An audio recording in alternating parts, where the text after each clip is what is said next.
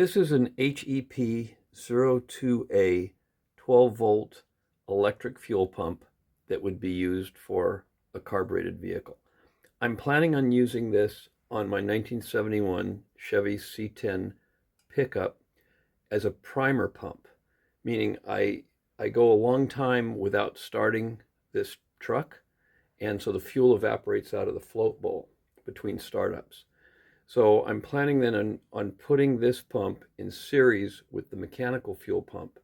So I'll just basically push a button with the engine not running, and the plan is that that pump will act as a primer to fill the float bowl.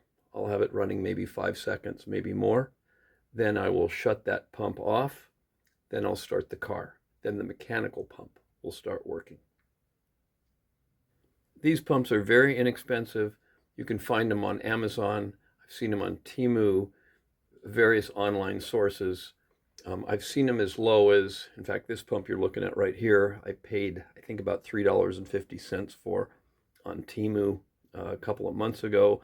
I've seen them, sometimes they sell them in pairs for maybe $10 or $15. You get 2 of them. I've seen as many as 4 of them for as low as, I think it was around $19 for 4.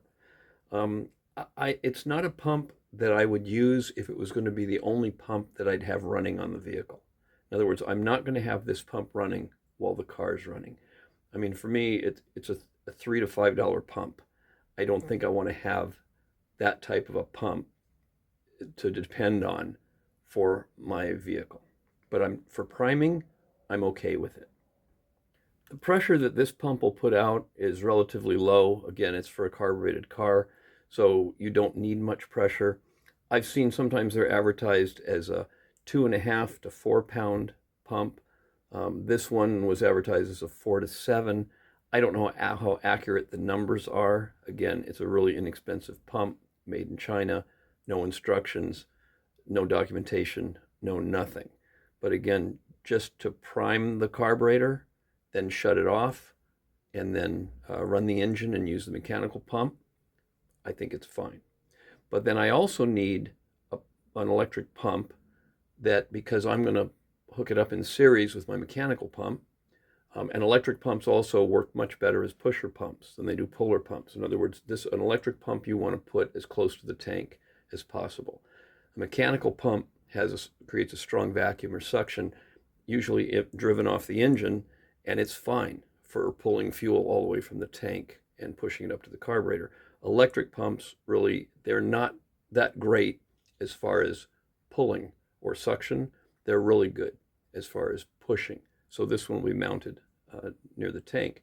But then also that means I need to have an electric pump that will allow the mechanical pump to pull fuel through it. Some electric pumps will allow that. They call it a flow-through pump. Some pumps don't. This one is a flow-through pump, and I'll show you how we can make sure that it is. This is a hand vacuum pump. It's a really handy diagnostic tool for being able to create a low pressure of vacuum to test various vacuum devices that might be on vehicles. And so I have that thing set up now. My vacuum pump is going to the outlet of the fuel pump. So this side of the fuel pump would be going to the mechanical fuel pump. This would be the inlet of the pump. This is coming from the tank. So what I want to do is that if I create a vacuum with my hand pump, that needle shouldn't do anything. It should basically stay on 0, because that means the vacuum that I'm drawing is coming right through this pump. If I put my finger over that, I can pump it up. If I release the vacuum, release my finger, vacuum drops. So what that's showing us is that this pump is basically a flow-through pump, is that I'm simulating what the mechanical pump would be doing while the engine's running. It's pulling fuel through that pump.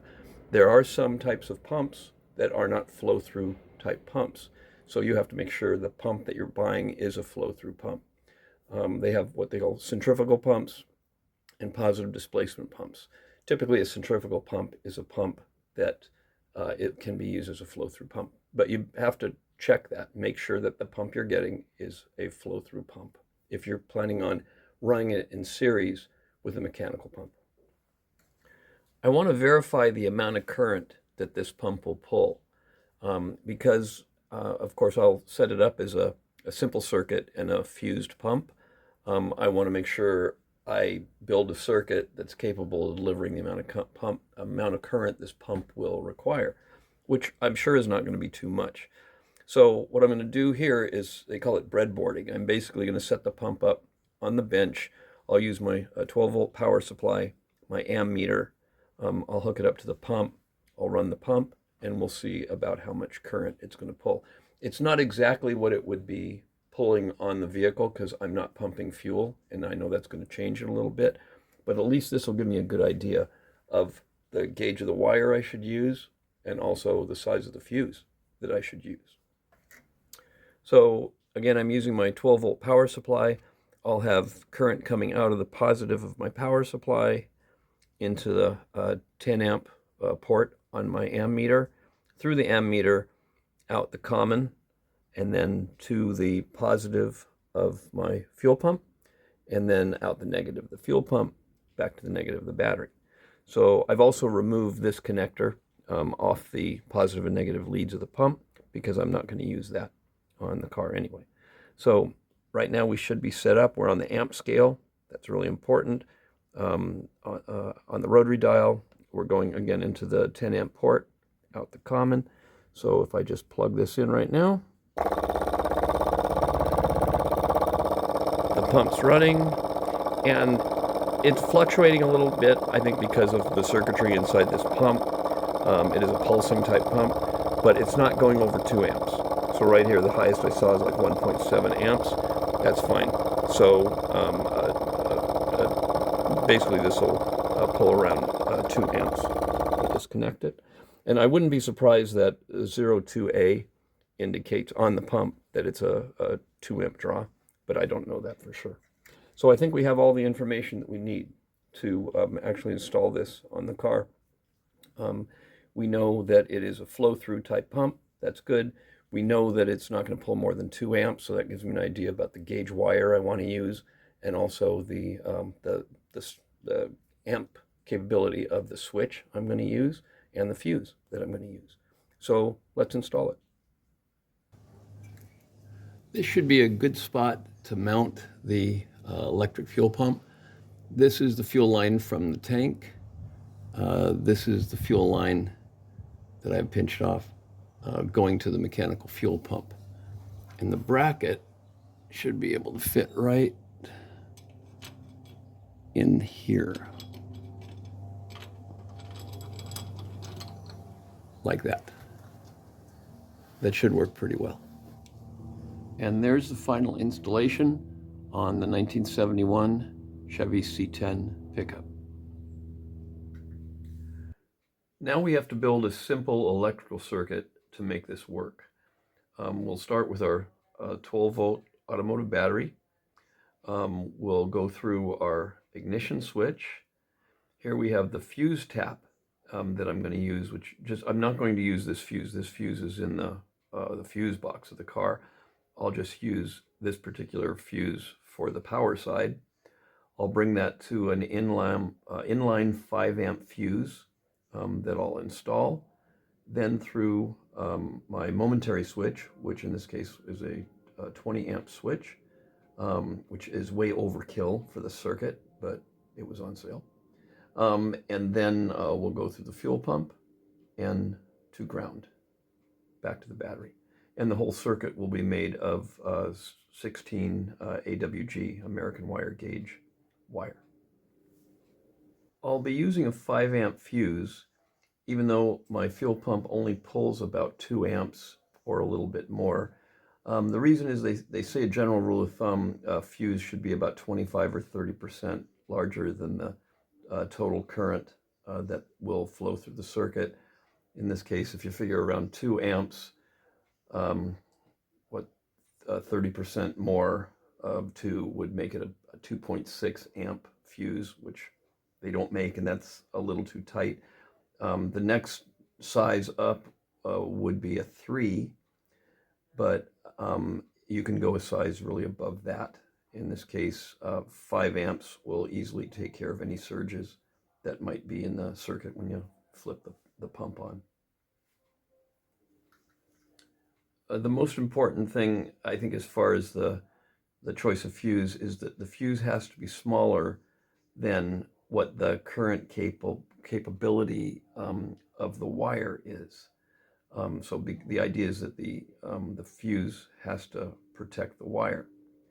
In this case, I'm using a 16 gauge wire, American wire gauge, because when you consult a chart online as far as how much current is the circuit going to flow and for what distance, and you'll find that information online. In this case, a 16 gauge wire can easily transmit 5 amps to over 11.5 feet, I believe it was, and I'm nowhere near that distance. And I'm probably not going to be up to 5 amps. So a 5 amp fuse and 16 gauge wire will work fine in this circuit. And the 20 amp switch, the momentary switch that I'm using, again, they call it a momentary switch because when you basically push the button of the switch, you close the circuit, the motor will work. When you release the switch, it opens the circuit, the motor stops. It's rated at 20 amps. This circuit will never have more than 5 amps, actually probably less than that in it, but I got the switch on sale. And you can't go too big when it comes to the switch. So, there's no problem with using a 20 amp switch in a 5 amp circuit. You can't do the other way around. You, of course, can't use a 5 amp switch in a 20 amp circuit. You'll burn up the switch. So this should work fine. So the only thing that is left is to build the circuit. So let's do that. This is a pretty convenient place for the momentary switch, just right under the steering column. And I'm using a Dorman 20 amp switch, and the pump is only about 2 amps, so 20 amps is of course way overkill, but it was on sale at Rock Auto for $1, so that'll work just fine. I'm going to use this fuse tap to tap into the fuse box and basically connect to an existing fuse. This is the fuse tap in place. The fuse box and the fuses are the older glass type fuse that they really don't use too much in automobiles anymore. But I'm not actually using this fuse as the power source for my fuel pump. I'm just using it as a power tap. The fuel pump will use its own inline fuse, which I'll show you in a minute. But this is a nice convenient way of tapping into power on an existing fuse box. This is an inline fuse holder, and I'll tap this into the fuse tap that I installed in the fuse box. And this uses the later style plastic ATO fuse.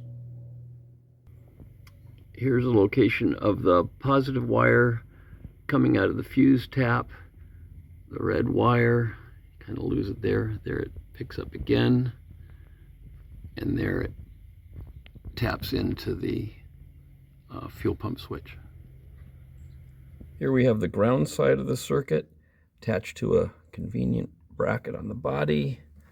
We have our black wire going to a connector right there that actually goes to the ground of the pump, which is going through a rubber grommet in the body and to the pump, which is on the underside of the car. I'll run the hot wire through split corrugated tubing from the fuel pump connection all the way up to the switch. I've got the wire from the pump running through the corrugated split tube to the connection on the switch, and I think we're ready to see if it works. Okay, ready for the test. Ignition key on, push button, and there's the pump. Now let's see what kind of pressure we have. The electric fuel pump is running right now. The engine is off. I have a fuel pressure gauge in series with the fuel line, and that pump is putting out 7 pounds. And that should be fine. Again, remember, the only time I'm going to run this pump is just to prime the carburetor with the engine off. I've got the engine running right now. The electric fuel pump is off, and the mechanical pump is putting out right about 8 pounds. So I think that's fine. You know, I've got an electric pump that I'll only use when I'm priming, puts out 7. The actual mechanical pump puts out 8. So my electric pump isn't overpressurizing the system, but it's putting out enough to get fuel into the carburetor. So I think this is a success.